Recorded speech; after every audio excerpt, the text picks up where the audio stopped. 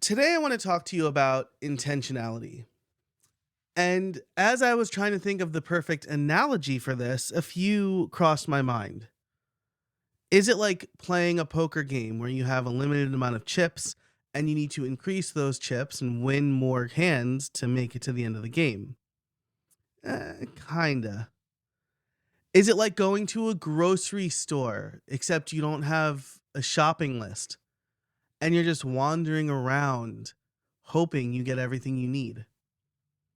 Yeah, that's pretty close. But I settled on an old standby, getting in a car and driving someplace. Maybe you know the destination. Maybe you even have done the drive before and you think you know it. So you decide to not put on the GPS and you end up wandering around. That road that you thought you could take was closed. There's construction in another place. You took a wrong turn and you end up wasting time and resources, gas and wear and tear on the car, when you could have had a clear plan. You could have turned on the GPS. You could have known exactly where you were going. You could have known the traffic that you would have avoided. And yes, even with the GPS, you may not make it to your destination when you think you will. Maybe you get a flat tire. Maybe bad weather means you have to turn around. Or the first leg of the journey took a lot longer and you need to stop at a motel overnight. But the GPS gives you the best chance of making it to your destination as efficiently as possible. It gives you that intentionality. And that's what I want to talk to you about today. See, my yearly theme is the year of control. And one of those tenets of control is control over my schedule, which means I need to make sure I'm spending my time right. And I've been thinking about how I can spend my time right, how I can be more intentional. And I think it really comes down to a few things. I'm time tracking more. I have decided what my high leverage tasks are.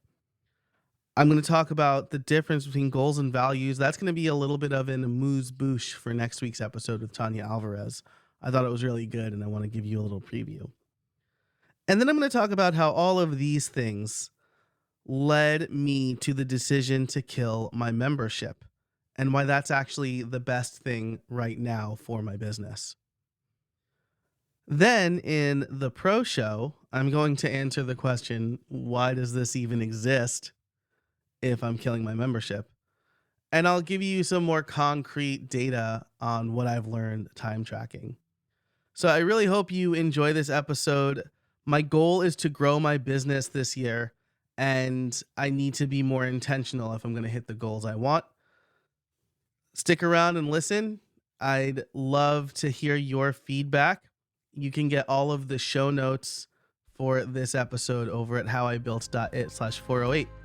But for now, let's get to the intro and then the episode.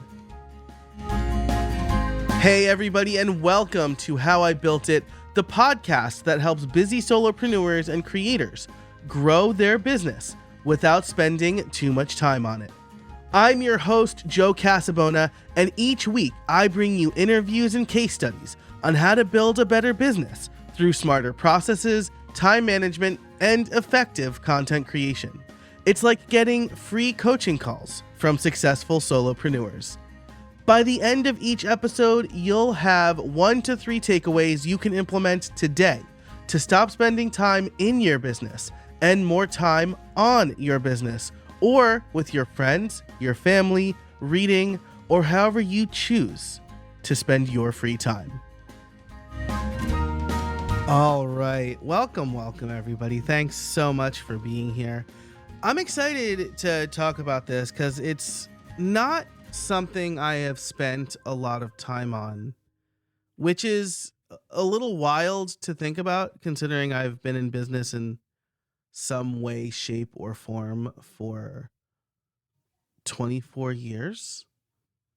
And yeah, I know I was in high school and sometimes I was gainfully employed. I was in college and grad school, and it was all usually pretty low stakes. I had a pretty rude awakening at the end of the pandemic and through maybe mid last year, where I thought that my business skills, like the things that helped me in web design, were commutable, we'll say. And I could just change my niche from WordPress developer to podcaster and I'd have no issues, which is wild, right? There's a reason that certain authors can only write certain books or certain actors can only be in certain types of movies. But that's what I attempted to do, and it bit me pretty hard in the butt. Now I bounced back last year, and I'm happy to say I didn't fold my business, and I'm still happily self employed as a solopreneur. But I didn't want to make those same mistakes going into 2024. And so at the top of the show, I talked all about intentionality, and there's a few ways that I'm being more intentional. Starting with time tracking. I've always danced around the idea of time tracking. I like the idea of it, but I never kind of built in the proper habits to do it. And I decided to really make a concerted effort starting in November, December. So I configured my Stream Deck to have all the right buttons. I have a bunch of time tracking widgets on my various devices, so it's very hard for me to forget to time track. I'm using Timery, which is an iOS app and a Mac app that sits on top of Toggle because Toggle's apps are not very good, and Timery's apps have shortcuts. And so, for example, when I enable certain focus modes, I can start certain timers. Or when I open Ecamm Live, I start the recording timer. When I open Logic Pro, I start the podcast production timer. All of these things that I could do thanks to shortcuts and Timery. And it's been really eye opening because I know roughly how much I want to make per hour. And so if I'm time tracking, not even aggressively time tracking, just kind of loosely tracking the amount of time I spend on stuff, I can determine where I'm spending my time appropriately. And so, one big question again, I'll dive deep into these reports in the pro show. But one big question for me was, are LinkedIn learning courses worth it strictly from a time to upfront dollar investment, right? And for those who don't know, LinkedIn Learning was lynda.com. Lynda.com used to be a book publisher. And so all of their course instructor payment plans, I guess, their compensation packages are based on that, where you get a certain amount upfront. That's called an advance. And then you get royalties after that advance is paid off. And so if you're lucky, the course that you put out will pay back the advance and then you'll start making royalties. And you can choose to get a lower advance because that means that you'll start generating royalties faster. I found that for the courses I was developing, my preference is a higher upfront advance. And so I know how much my advance is, and time tracking the last two courses, I determined that yes, if I just get the advance, it's actually worth my time. And so the royalties are gravy. They're just extra. Now I will say that most of my courses aren't generating the royalties I hope they would. I had a couple of courses when I first started that were very popular that made up for the lion's share of my royalties. And so, I've made some decisions around that to not do any LinkedIn learning courses for the rest of the year, unless the next couple of courses I release, right, the ones that I just wrapped on, unless they really start generating royalties, it's not worth it from me from like a mental health or kind of focus point of view, if that makes sense. Like, yes, the LinkedIn Learning courses, if we're strictly doing like hourly rate, how much it takes me, how much time it takes me to make the course against my hourly rate, yes, yes, it makes sense. But from the intentionality point of view, I'm spending time on the LinkedIn Learning courses that aren't necessarily podcasting based. And so that's taking away from other podcasting based things I could do. So I made the decision to not do those anymore. But that was one exercise that was really eye opening for me. I thought for sure it definitely wasn't worth it for me to do the courses, and it turns out if I'm just looking at how many hours I'm spending versus how much I'm getting paid, then yes, it definitely is worth it. But from other aspects, it's not necessarily.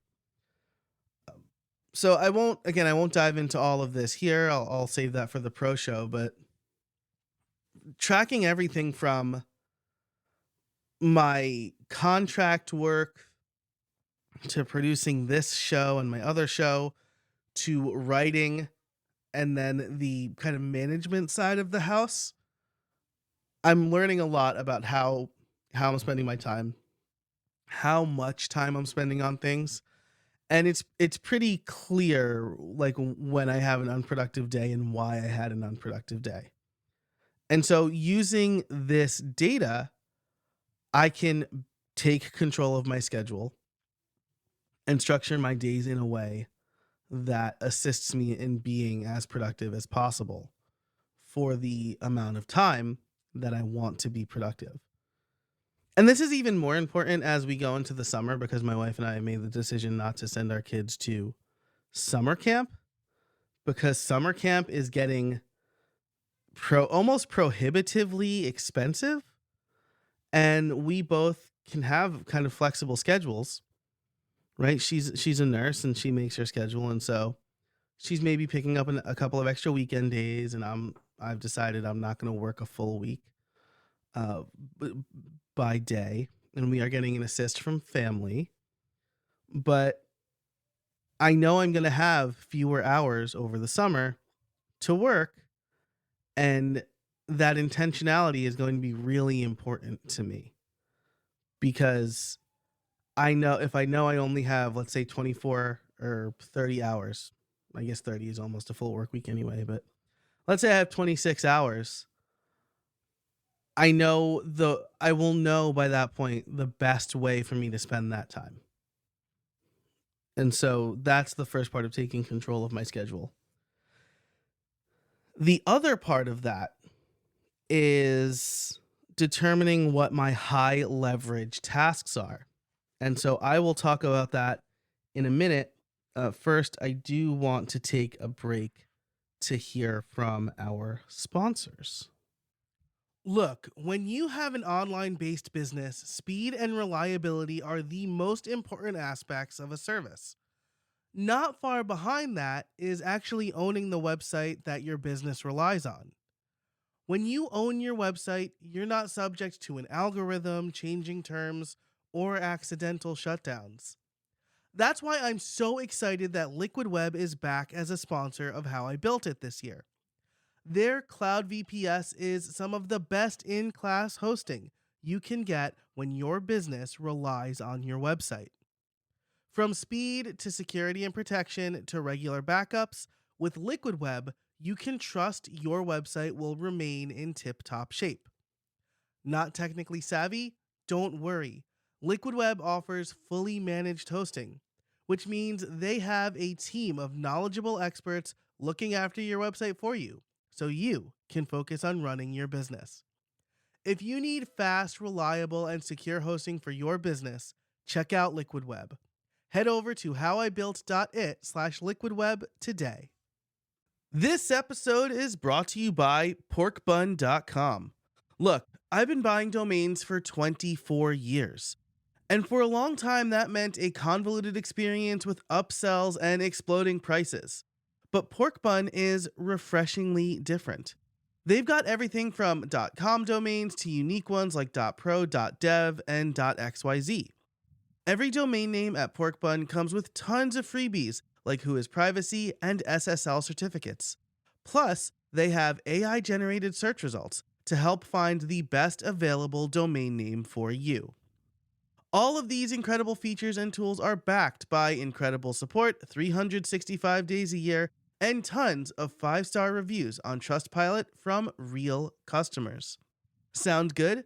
Go to howibuilt.it/porkbun to get $1 off your next domain name from Porkbun and see why they're the best domain name registrar around. Again, that's howibuilt.it/porkbun. Thanks so much to Porkbun for supporting How I Built It. Hey, real quick before we get back into the episode, I want to tell you about my free newsletter, Podcast Workflows. If you are wondering how I can successfully run this show, plus 2 other shows, plus run a business, plus run 3 children, Podcast Workflows is for you. You will get weekly emails with behind the scenes look on how I produce this show, experiments I am trying with other podcasts, and general advice to start, grow, and monetize your podcast. You'll also have the opportunity to become a member and get ad-free extended episodes of this show as well as bonus content. You can do all of that over at podcastworkflows.com/join. That's podcastworkflows.com/join. Sign up for free today. Okay, and we're back. So, what are high leverage tasks? I'm sure if you've listened to this show, you'll know the high leverage tasks. There's also the idea of the product ladder, where there are certain things you do that are definitely worth your time from an income or mental health point of view, right? And so, like I said, I could keep doing LinkedIn Learning courses, and I know that it takes me about 20 to 24 hours to produce a LinkedIn Learning course based on the hourly rate. I know that the royalty they pay me is worth it for just those costs. But I also know that there's a lot of stuff around that which makes the actual project not worth it for me. So when I'm doing a LinkedIn Learning course, if I'm trying to get it done in 20 hours, that's basically all I'm doing for 10 days to 14 days. Because I'm writing scripts, I'm taking breaks, I'm thinking through stuff. And so the actual work is not the only if I track 20 hours, I'm spending more than 20 hours in brain power, right? And then I switch my computer to the recording setup that works best for LinkedIn. I have to set up LinkedIn's recording stuff. And so my computer is basically unusable for 1 or 2 days because that's all I'm focusing on. And then after I ship the course, I have like that work hangover, right? And I'm not picking on LinkedIn for any reason except for it's a big task, like it's a big project. I just finished one. But this could be any project that takes a lot of your time, right? And so anyway, I have that work hangover, which basically kills a day or two for me while I try to switch back into like a completely different context that's not LinkedIn Learning instructor. And that's really important, by the way. Like, I'm glad I do that because when I'm in that mindset, it helps me deliver the best course possible, the best raw video for the editors to make their lives easier and my producer's life easier. And, if it takes me a day or two to get out of that mindset, then so be it, right? Because I want to produce the best course possible. But that's not necessarily high leverage work, right? Just like, I can do like one-off coaching calls or free discovery calls. Free discovery calls is another thing that I'm eliminating because none of the free discovery calls that I did last year led to any appreciable work. And it led to more wasted time where people would book a free discovery call and then they just wouldn't show up because they had no skin in the game. So I'm reworking that strategy. Maybe I'll share that in a future episode. But that's not high leverage work. Just like doing workshops is not high leverage work for me. Doing like one-off coaching calls may not necessarily be high leverage work for me. live streams may not be high leverage work for me. So I wrote down everything I do, everything I offer. I created my product ladder, right? The product ladder is membership that starts at $7 a month. I have automation templates on sale for $39. I can sell workshops at $99, miscellaneous courses for anywhere from $47 to like $200. I have the playbook for $397, one-off coaching calls, planning sessions, done for you podcast launch service, and my coaching program, which is like $2,000 a month. I looked at all of these things and I determined what is my high leverage work? What is the work that gives me the best bang for my buck, right? Or the best bang for my time, really. And it's the coaching and it's the done for you launch, which roughly aligns to a certain amount of coaching. Like it's basically the same hourly rate.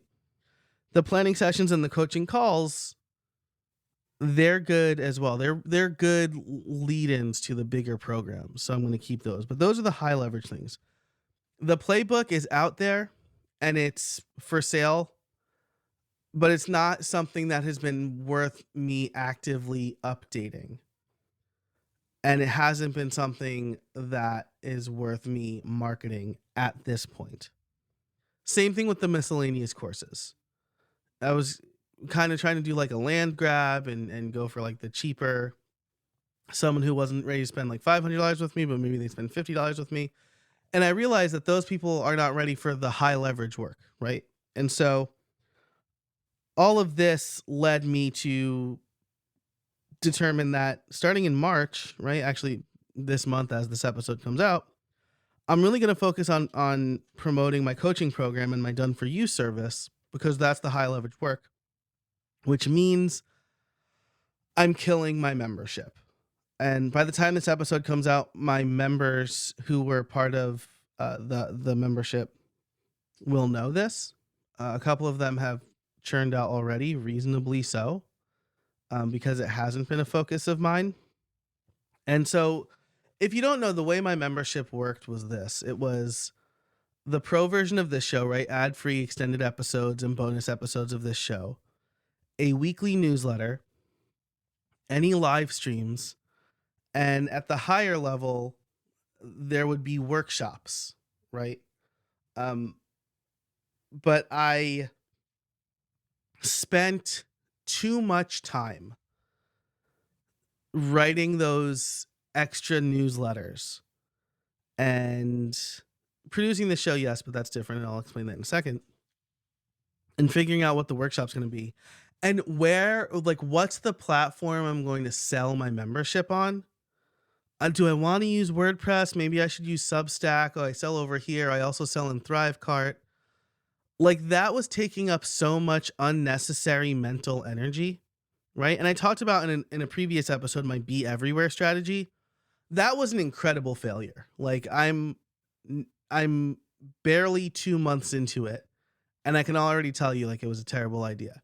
And the reason it was a terrible idea is because I was trying to copy somebody who is a creator who's much, much bigger than me, right? It's I would never try to run track because I like Usain Bolt, right? I would never try to swim because I like Michael Phelps. I would never try to sing because I like Taylor Swift. Those things are not in my skill set, and I'm not built for those things. So the fact that I was trying to copy CGP Grey just didn't make any sense, right? He has like a team and it's worth it for him to be everywhere and diversify, because his income like really relied on YouTube and he didn't like that. That doesn't make sense for me, right? And I learned that, and like my conversation with Natalie Lucier helped that as well, right? And I think I gave the impression at the end of that conversation that I was going to go all in on Substack, and what I really came away with, thanks to that conversation and the high leverage work and my Electric City Mastermind, which is a bunch of friends of mine, shout out to them. We meet every couple of weeks. All of that was like, hey, Joe, you're spending too much time on this membership and it's not paying dividends for you. And it probably won't. Like, I read an article that I'd like to do a longer piece on, that a small dollar Substack membership with a massive audience, those are all the top earning Substacks. The low, like the small audience, high dollar memberships don't do well on Substack.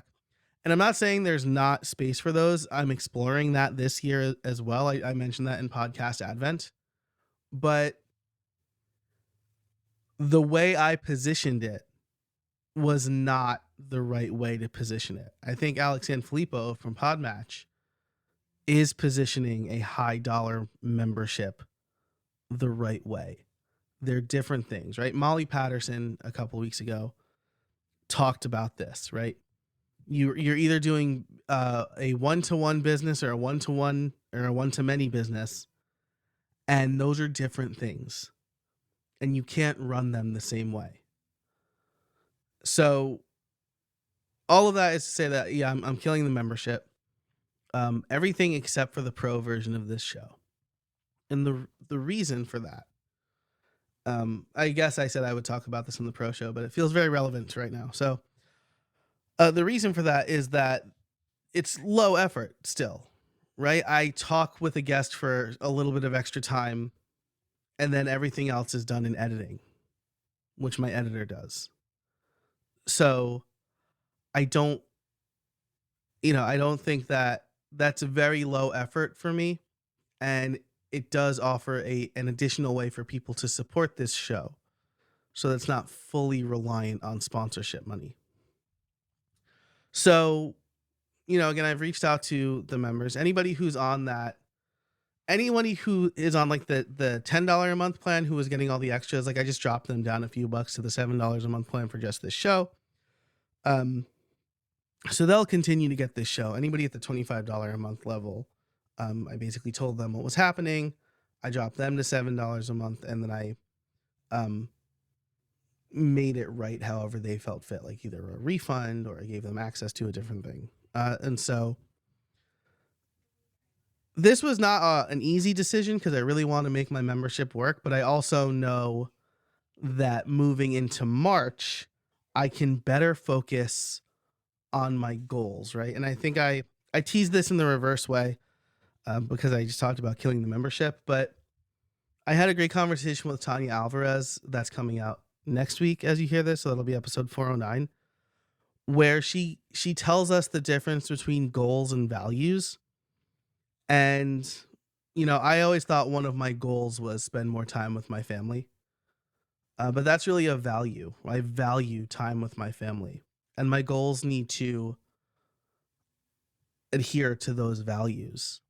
And doing the membership and the LinkedIn learning courses and kind of that hustle of like anything that'll get me to a certain monthly amount, that's what I was doing, and that didn't adhere to the values, because there were times when I had to work on a Saturday to get the LinkedIn learning course just off my plate. Or there were times where I had some downtime and I fell into a rabbit hole of like, oh, should I use this platform for the membership? What am I possibly going to talk about? And that stole time away from my family. And so bringing all of this together, the time tracking, what I know is my high leverage work, thinking about my goals and values, and killing my membership and deciding not to do the LinkedIn learning courses anymore, I have made so much space in my month to focus on bringing in more coaching clients and doing more done for you work. And it's already paying off. I'm still doing the RSS.com evangelist stuff. Like, that is good high leverage work for me, and it keeps me really connected to the podcast community. I love what they're doing over there. And so it makes sense for me to do that as well.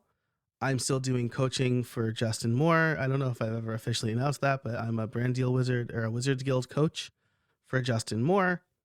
And I'm still doing that because it's in my wheelhouse of helping creators get sponsors, and I'm bringing my expertise to that. And those are both really smart things to do. And the rest of the time, I'm really going to focus on the done for you clients and the coaching programs because those are my high leverage work. And so, because I need to give you actionable advice, I'm going to challenge you to think of these things or maybe write down these things. Consider this stuff. What is your high leverage work?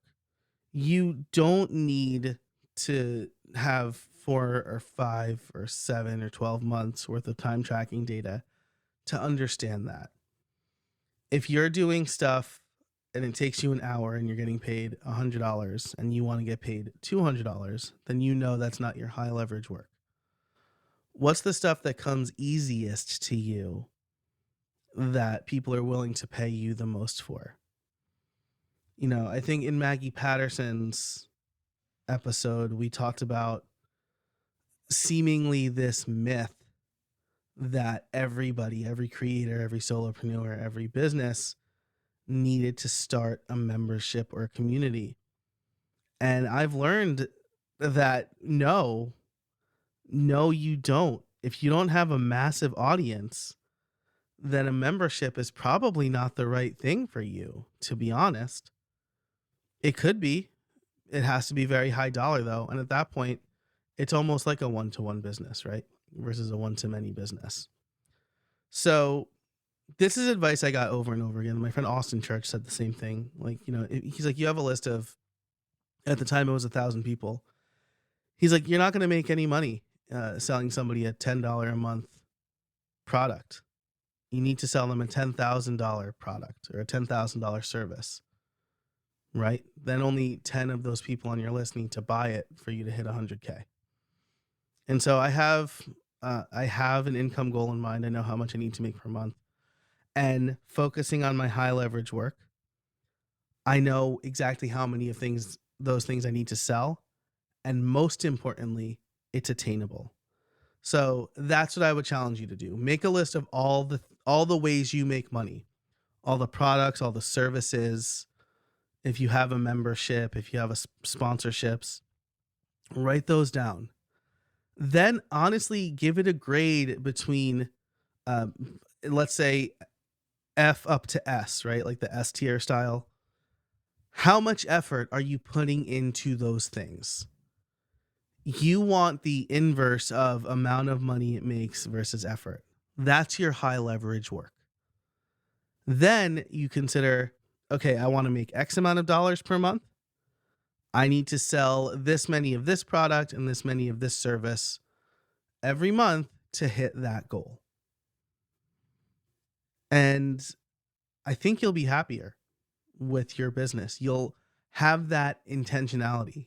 You'll have the GPS guiding you, helping you avoid the traffic jam that is shiny object syndrome, having you avoid the closed road that is product that nobody except you wants to get to your destination that is your income goal. All right, that's it for this episode. Thanks so much for listening. If you are a member, stick around because I'll give you the real, since I gave away why the membership still exists. I'll give you my actual income goals and what high leverage work is going to get me there. And then I'll dive a little bit more into the time tracking side of things, which I'm staring at right now. I'm looking at my teleprompter as if my video is on and it's not, and I'm just staring at my time tracking graphs. So if you want to become a member, you can head over to howibuilt.it/408. That is where all the show notes exist for this episode, and there'll be a join the membership button where you can get ad-free, extended, and bonus episodes. If you're listening in Apple Podcasts, you can just become a member in Apple Podcasts, so you could subscribe right in the app. So I hope you do that. I would really appreciate that support. Thanks so much for listening, and until next time, get out there and build something.